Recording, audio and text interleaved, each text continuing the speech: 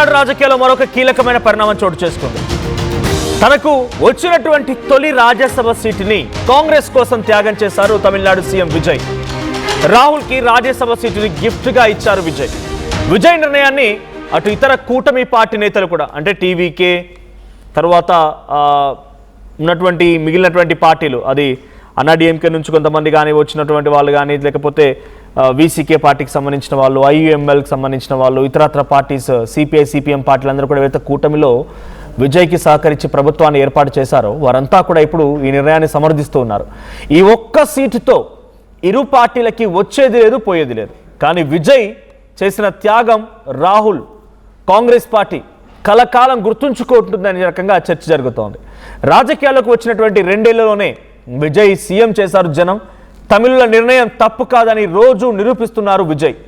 పిలవగానే వచ్చి మద్దతు ఇచ్చినటువంటి కాంగ్రెస్ పార్టీకి 5 ఎమ్మెల్యేలలో 2 మంత్రులుగా చేశాడు విజయ్.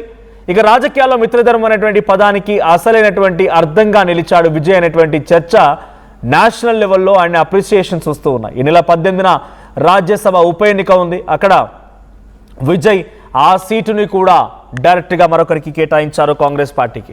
సో నిజంగానే ఆయన ఆ రోజు 108 స్థానాల్లో గెలుపొందినప్పుడు పూర్తి స్థాయి మ్యాజిక్ ఫిగర్ లేదని చెప్పి ఎంతమంది ఎన్ని రకాలుగా ఆయన ఇబ్బంది పెట్టారో చూసాం.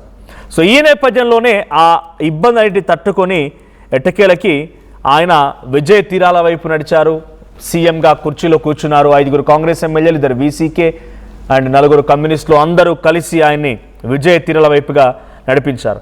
సో ఇప్పుడు తమిళనాడులో ఒక ఉప ఎన్నిక ఉంది రాజ్యసభకు సంబంధించి. దాంట్లో కాంగ్రెస్ పార్టీకి అవకాశం కల్పిస్తూ విజయ్ నిర్ణయం తీసుకున్నారు. ఇప్పుడు ఈ నిర్ణయం చాలా గొప్ప నిర్ణయం అని చెప్పి నేషనల్ లెవెల్ అప్రిసియేషన్స్ కూడా వస్తున్నాయి. బికాజ్ ఆయన ఒక్క రాజ్యసభ సింగిల్ సీట్ తీసుకొని పెద్దగా ఆయన చేసేదేం లేదు. అదే కాంగ్రెస్ పార్టీకి ఇస్తే స్ట్రాంగ్ వాయిస్ని తన వైపుగా సపోర్ట్గా తీసుకొని బీజేపీ పైన ఫైట్ చేయగలుగుతుంది అనే రకంగా విజయ్ ఆలోచించి ఉంటారు. అందుకే నిర్ణయం తీసుకున్నారన్నట్టుగా తన కూటమి పార్టీ నేతలు కూడా సంతోషం వ్యక్తం చేస్తున్నారు.